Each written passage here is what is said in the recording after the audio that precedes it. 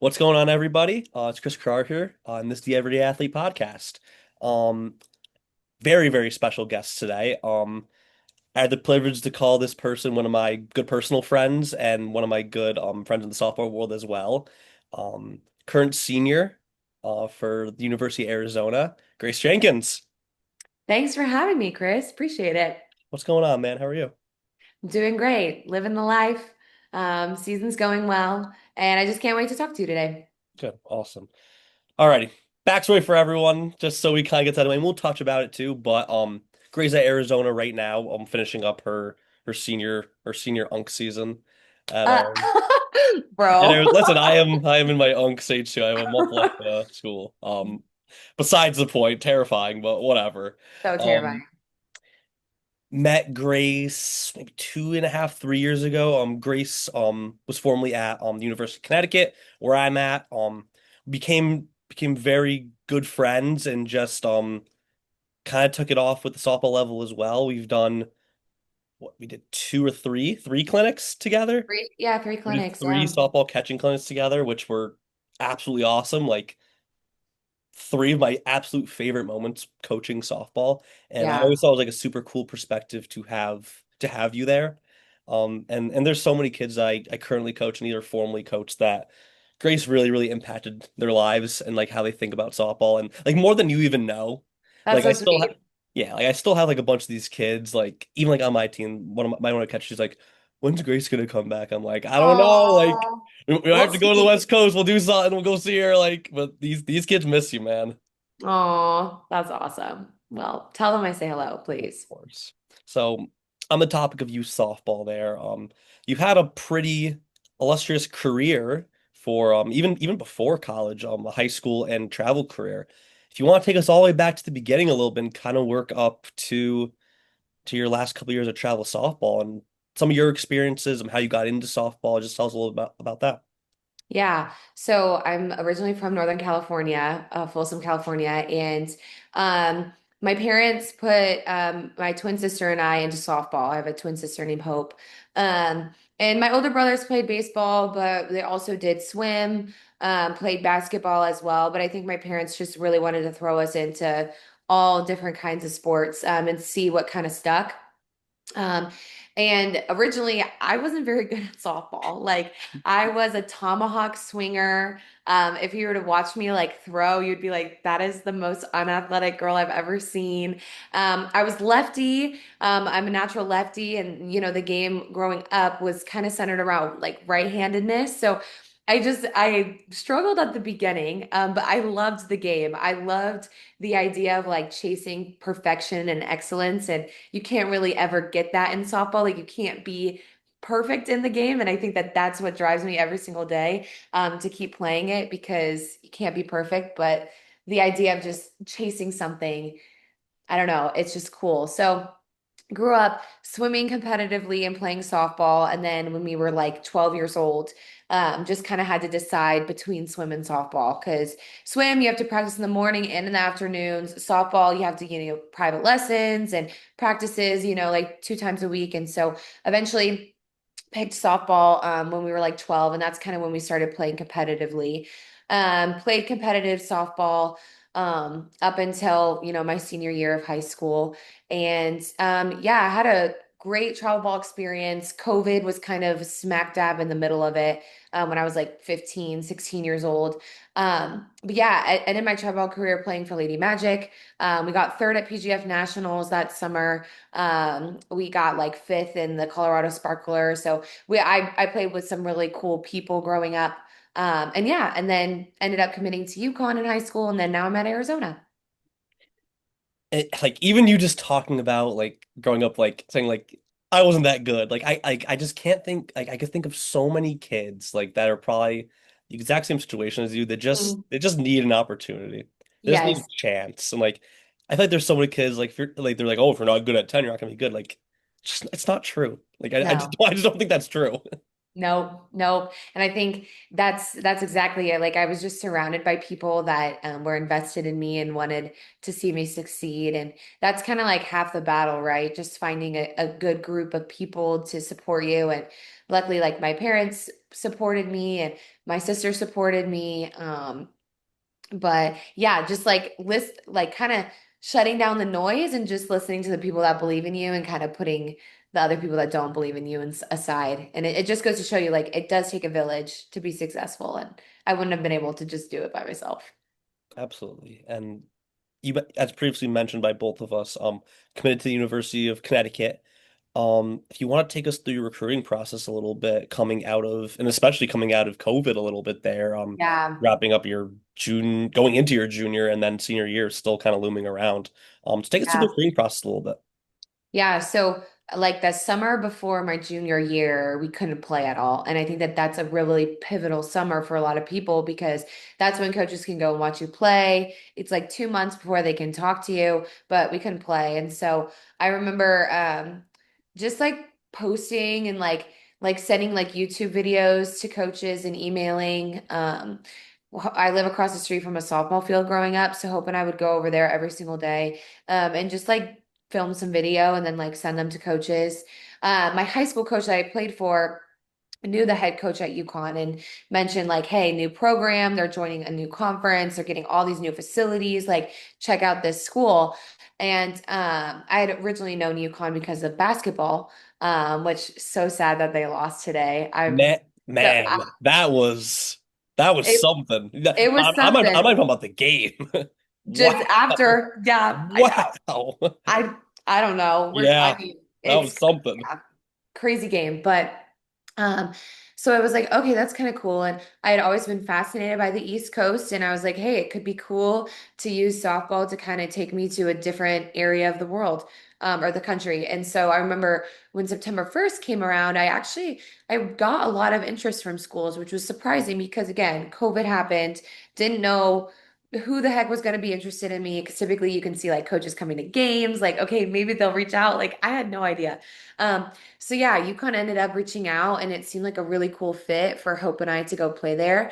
And ended up getting to go visit the campus and I just fell in love with stores. I mean, if anyone goes to UConn's campus, it's beautiful. And so um, again, brand new field, brand new facility. It just seemed like a good fit for me to go in as a freshman and make an impact. That was something I was also looking forward to.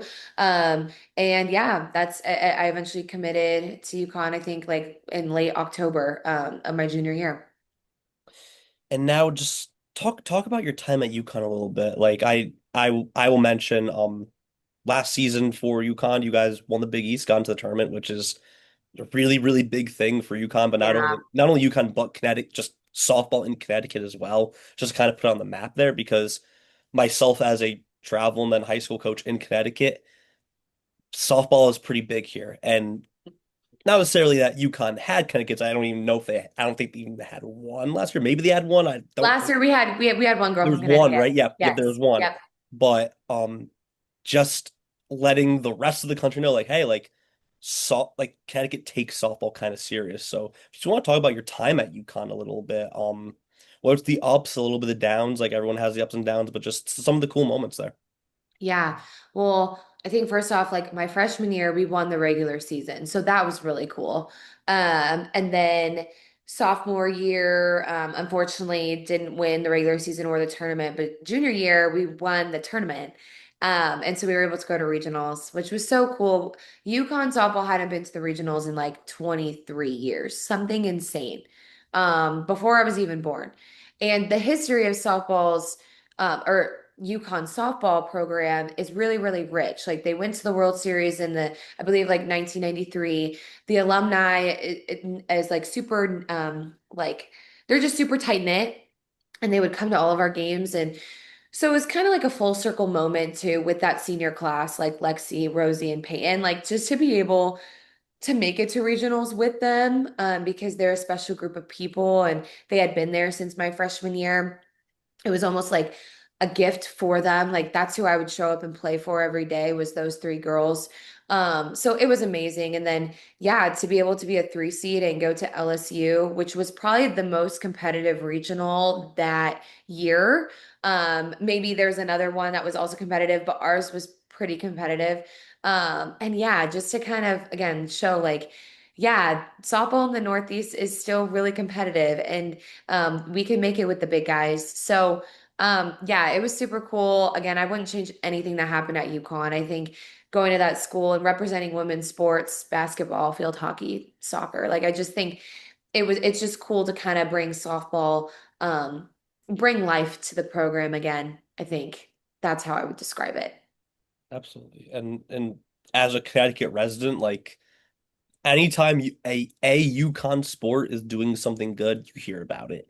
And Yeah, even outside the softball world, like I have my parents, they're like, "Oh, you see UConn softball made?" I'm like, yeah, like it's awesome. Like people from that's great. Connecticut very much care about the university, whether you're northern, eastern, western, south, whatever it may be. Even if you're not Mhm. an alum from there, but if you live in Connecticut, you know when they're doing something good. And it was just such a testament to your guys' team, I feel like you mentioned the girls in that team. You guys were a very, very tight-knit group from what I just know from you. And it became very evident just watching you guys play. Um, Yeah, talk about that team chemistry for that UConn team. Because as you mentioned, you guys were a three seed. It wasn't like you were going out in the regular season winning every game by like 15 or anything. Like you guys were an right. extremely good team, 100%. But you Mhm. guys went there and had some real battles and just how how many battle tested moments you had that led you to that success in the Big East Yeah. tournament. Yeah. I mean, I think heading into the Big East tournament and saying like we have nothing to lose. Because we didn't like we literally had nothing to lose. There was like we weren't expected to win, so to speak. We were gonna compete. We wanted to win, but it was this idea of like let's just play loose and play free. Because I think like my freshman and sophomore year were just like really tight. And we wanted it, but did we actually want it? And I didn't think Mm. that that was like reflected. And so I think that there is a really good balance between like culture and talent, right? Like you could have the most talented group of girls and the culture is terrible. Like they're not going to win. And so sometimes I think that there is you need talent to succeed, but there's also a culture aspect. And so I think again, I mentioned like Lexi, Rosie, and Peyton, like those girls really set the standard and set stepping stones every single year that they were at UConn that made it possible for their senior year for us to finally be successful. And it just goes to show you like it just doesn't happen just like that. Like it needs to be built upon each other. And so that is something that I'm really grateful for that I could contribute towards, but also to just get to see them lead in that way was pretty cool. And even being in a conference tournament, have in a championship game is a unique experience, but winning it is just a whole nother unique experience. And Yeah. you've had quite a lot of those in your softball career. I've kind of been neglecting to mention this person, but your twin sister Hope, who I'm also Yes. very good friends with, um, Yep. current player at Ole Miss, Yes. just went down with an injury, which stinks, but Yeah. um, another just great person, great softball player. You guys had the privilege of playing together from age whatever you started up until your junior years in college, playing together. Mm. Talk about that because not many. I don't know if anyone else has ever had that experience, maybe ever, in Yeah. college softball like that, being able to do that for that long with not only your sibling but your twin. Um, Hmm. you just want to talk about that because I again, like I just don't think that's any kind of normal thing that's happened to really anyone. Yeah. No, it's super cool. Like just have a sibling that also went D1, but then to be able to play on the same team as them and like compete at the same level. Um, I could talk so much about my sister and how much she inspires me. And I think just the pitcher catcher dynamic too is super cool. But I don't know. It was just cool to like grow alongside her on the field and in the game. And she has such a great attitude and such a great perspective. And I think as a pitcher, she like you kind of like need to have that. She also has a very strong competitive edge, which has made her so successful in the circle. Um, but most importantly, I think it's just like the memories, like the little things, like the bus rides when we sat next to each other, or the times that we got a room together on the road. The dugout shenanigans, like those kinds of things, I think are what I remember most. And then also too, like Hope is a quiet leader. I don't think she's gonna say much, but she leads by example. And so she's a hard worker. again, unfortunately she just got injured, but it's one of those things that again, she's like, what can I do for my team? Like it's for my team. And so I don't know. She inspires me. She's way better than I am. If I were to get hit in the hand and break my hand, I would probably be throwing a little bit of a pity party right now, but that's not hope at all. She just always is able to see the silver lining. But yeah, it was such a fun time growing up with her and playing high school ball with her too was just so much fun. But yeah, it's great. It's a really fun fact. I have a twin sister who also happens to be a Division I softball player. So, yes. Now, obviously, as mentioned, you're currently at the University of Arizona, having an awesome year, first of all, the school and yourself personally, just having an awesome, awesome year. Um, Talk to us about your transfer portal experience, and kind of how you led to this decision of transferring to Arizona. Yeah. Yeah. So, again, my time at UConn was amazing, but I think there were other circumstances outside that just kind of led me to led me to entering the portal and left on good terms. But at the end of the day, I needed to do what was best for me. And I think that again, the transfer portal is a very touchy subject in college sports. And again, if you were to ask me my freshman year, like, would you transfer? I would say no. Like, I think you sign your name on a dotted line, you make a commitment, like, but at the same time, like those commitments also have to be reciprocated. And so at the end of the day, athletes need to make the best decisions for themselves. And the transfer portal does allow for them to do that. However, I do think that like, you shouldn't be able to transfer multiple times. There needs to still be some restrictions, but I do think it's a good thing for college athletes. So I ended up entering the transfer portal. Um, I was working a full-time internship in Washington, D.C. at the time. So it was like I'd pick up the phone for the representative I was working for, and the next thing I'm looking at my phone because I'm getting text messages from all these college coaches. It was insane. It was so insane. And again, like I mentioned, I had a twin sister, and we thought we wanted to go to the same school, like that was the goal. But as soon as we entered the portal, it was kind of like, okay, we're kind of interested in different things, or we went on a couple visits and she loved this and I didn't love this. And so that's kind of where we ended up separate ways. But Arizona reached out to me, and the history of Arizona softball is like amazing. I mean, if you go back and you look at all the national championships that they've had, and like growing up in California, like Arizona softball and UCLA softball, like those are the two big schools out here. So when they reached out to me, I was like, whoa, like that's crazy, Arizona. Um, so came here on my visit, absolutely loved it. And this coaching staff is legit. I mean, my head coach, Caitlin Lowe, silver medalist for the Olympic team, All-American, center fielder, never made an error in her entire college career, which is insane. And then our assistant coach, like Lauren Lappin, played at Stanford, also an Olympic silver medalist, just a defensive specialist all around. And then Amber Freeman, again, three-time All-American at Arizona State. Like the accolades just keep going. And then our pitching coach, Coach Christian Conrad, he coaches the Canadian Olympic team as well as coaches our pitching staff here, and has worked for multiple amazing programs at Oregon and Florida State. So again, coming here and just knowing like I was going to be in good hands because of the people that I was surrounded by.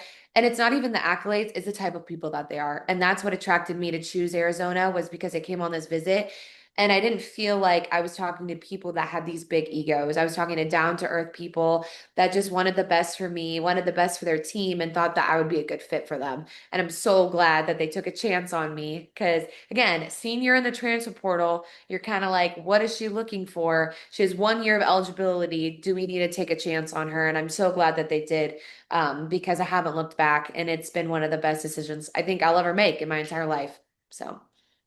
So awesome. And like as a senior in the transfer portal, like what were those conversations like? Like that, especially with Arizona, like that initial Yeah. conversation was kind of like. Yeah, well, a lot of schools were just kind of like, "Are you a grad student?" First off, like, "Do you have a degree?" And I'm like, "No, I don't have a degree."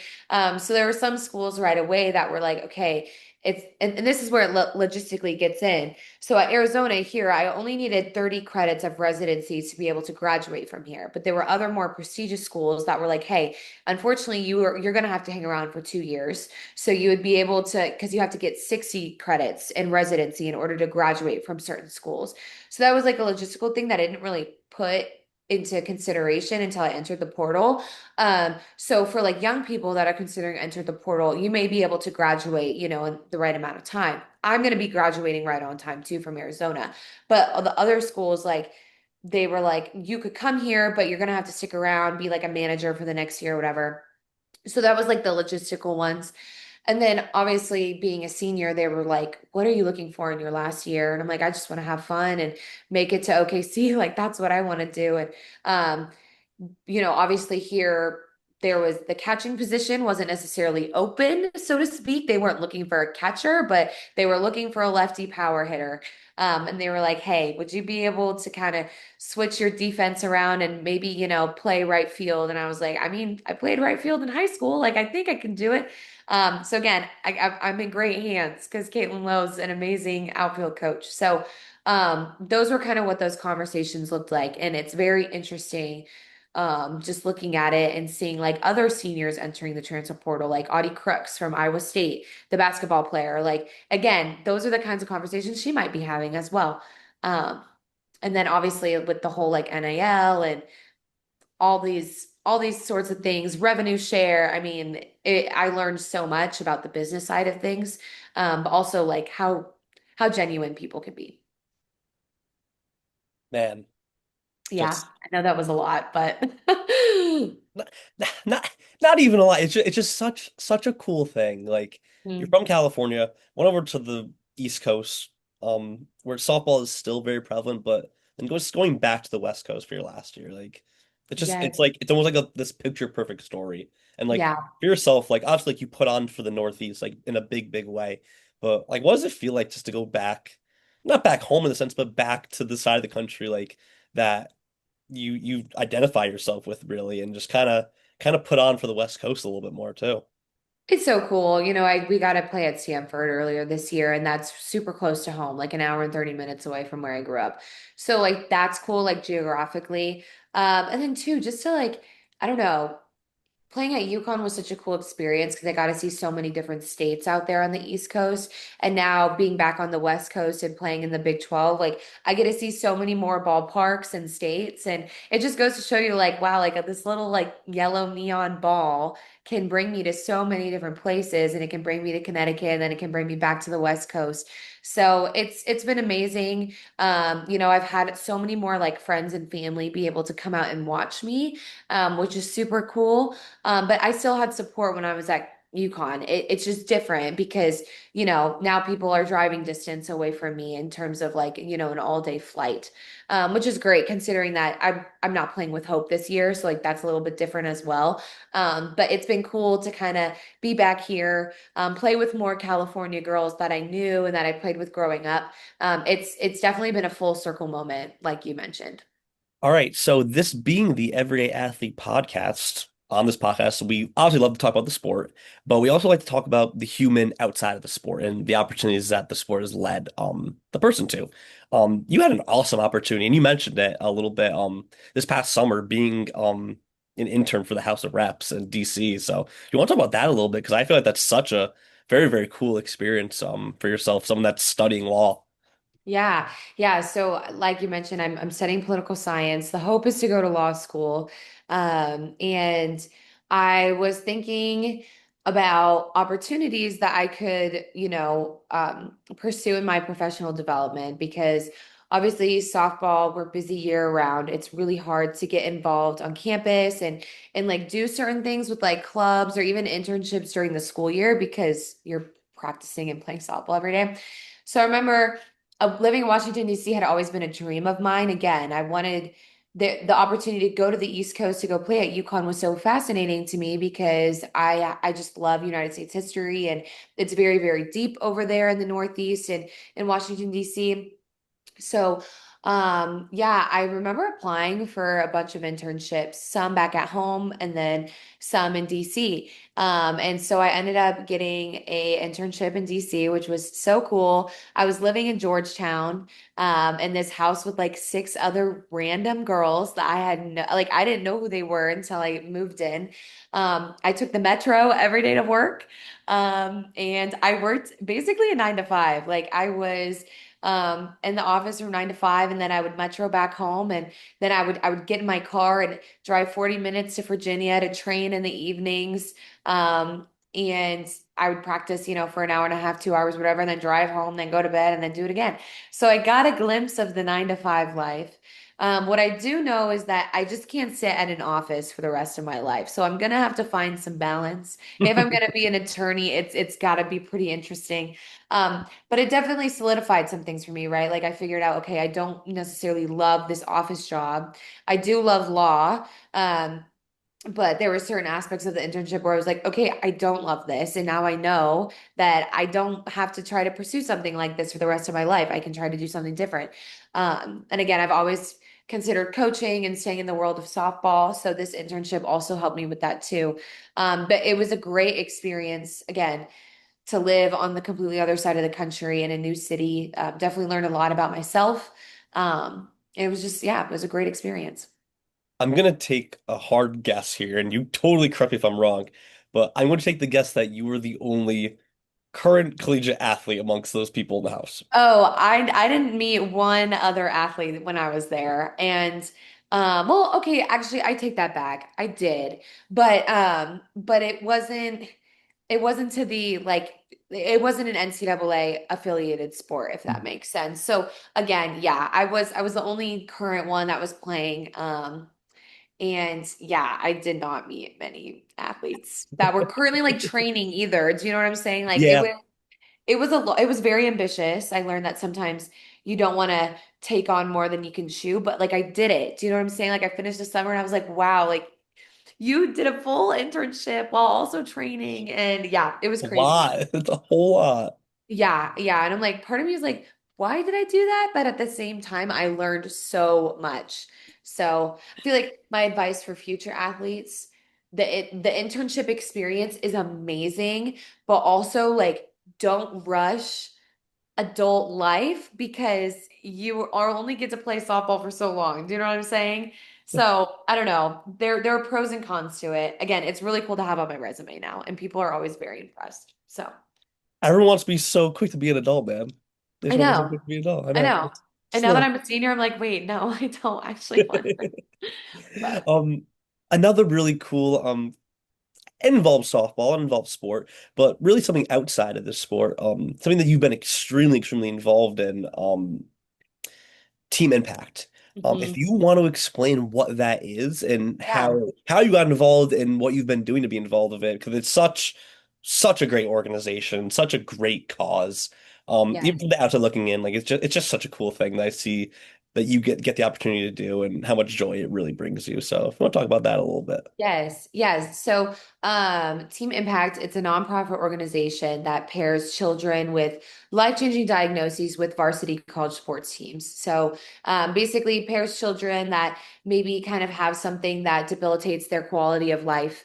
And it can range from a bunch of different things. I learned about Team Impact my freshman year at UConn because there was a fellow on my team, Megan O'Neill, and she was involved with Team Impact. And basically, what they do is they match children with varsity sports teams, and you do activities together. They come to your games. You basically form like a little like sisterhood or brotherhood with your match. And so, while I was at UConn, Megan was a fellow, like a representative for Team Impact. And when she was graduating, she was like, Grace, would love for you to get involved. I think you would love it. I also have a very like strong passion for education and those with special needs. One of my great friends from high school has Down syndrome, so it was always just like such an amazing cause to see. But we didn't have an active match at UConn. But there was this family that would come by. That they're twins actually, Avery and Morgan. And Avery has Down syndrome. And I remember after my first game, my freshman year, I saw this little girl coming through the autograph line. I was like, she is so stinking cute. Like, I want to get to know her. And then Megan reached out to me. She's like, "Do you want to be a fellow?" And I'm like, "Sure." And she goes, "Here's the application. You're going to get an interview and yada, yada, yada." So then I got interviewed and I asked, I was like, "There's this little girl that comes to her games. Her name's Avery. She has Down syndrome. Like, does she qualify as a team impact match?" And she was like, "Yes, she does." And so I was able to get Avery on the team impact. She's our official Yukon match for the softball team. And we did so many fun things with Avery and Morgan too, her twin sister. Morgan was our back girl. We would do hot chocolate movie nights. We'd go see ice cream. Um, we went to go cheer on Morgan at our soccer games. Like we did so many fun things with them. And it just goes to show you again, after the games, Avery's so excited to see you. She doesn't care that you win 0 for 4 or 4 for 4. And that's something I still have to remind myself as a player too. Like there's so much more outside of the sport that you can connect with so many people. And like you said, like college softball and like talking about the game is so amazing. But the relationship I was able to make with the Armstrong family just made it so much more and kind of contributed to the reason why I play. So that was awesome. And then transferring to Arizona, they also have a really amazing team impact team here too. So I'm still a fellow, I'm still represent Team Impact. And I came to Arizona and they have a match, and her name's Bella, and she has bone cancer. She actually beat bone cancer. There's a specific name for it, but I'm not entirely sure. But she has a prosthetic leg. She has a prosthetic bone in her leg. And Bella is 12, and she has a little sister named Sophie, who's 9. So again, the sister matches are just my favorite thing ever because again, as a sister, like it is just cool to see that relationship, and I know what it's like, to kind of see like one sister gets attention, but it's like, don't worry, like we're not going to forget about the other sister too. And so we've done so many fun things with Bella. We've gone to the zoo with her. We've had her out at practice. We're planning a movie day for her birthday. Again, like it's just been so much fun to see their confidence as well grow. I remember Jackie talking to me about Avery, and she was like, Avery had never used numbers. Like she's never said like 1, 2, 3. And then all of a sudden she's watching my game on TV and she goes 17 and is pointing at my number saying 17. And that that is one of my favorite things about my college career. It's not the fact that I've have, like records or, I won a Big East championship or I'm here at Arizona. Like the fact that our relationship has gotten Avery to the point where she can be um like she can say numbers, and she had never used numbers before, like, and she said my number out of anything, you know what I'm saying? It's so unbelievably amazing. And then just seeing Bella too, like being so shy and now she's so like outspoken and confident. It just goes to show you that sport can be used to do so much more than just win games. Like you can help people win in their own lives in whatever circumstance that they're facing. So I kind of really rambled off on that, but I love Team Impact. It's a great organization. If you know someone in your life who's between the age of 8 and 16 that like loves sports and has maybe faced some traumatic experiences in their childhood, like go to their website. You can see if the child would be a good fit. And then you can see if there's any local teams that'd be willing to take them on. But yeah, Team Impact's amazing. Love them. Could talk about them for forever. Like it just goes to show, like, yes, the athletes, especially even was a mid-major, the absolute highest level, like in a Power Four conference, like it's what really matters. Like it really is. Like we're also hell-bent on the actual sport part, and especially when you're young, travel teams, high school teams, whatever, yada yada yada. Like we're also hell-bound on sport. Like that, like that's what it's about. And Hmm. and I know for you, like it's such an important thing, like just giving back a lot. Because I know we've had this Yeah. conversation, like just not necessarily in passing, but like just kind of referencing it, like myself on the coach again, like I want to give back. I mean, I didn't play softball, I played baseball my whole entire life. I want to give back to sport because I feel like I took a lot from it, and during the time I didn't give that much back. So Yeah. this is my time to give, give, give.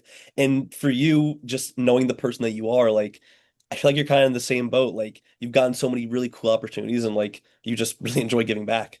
Yes, yes. And I think just like leaving the sport better than you found it. And I found softball in a great like space. You know what I'm saying? Like softball's amazing. And so to be able to just leave it and show my teammates too, like this is how you can impact sport. Just how I've learned from other teammates, how they've impacted sport.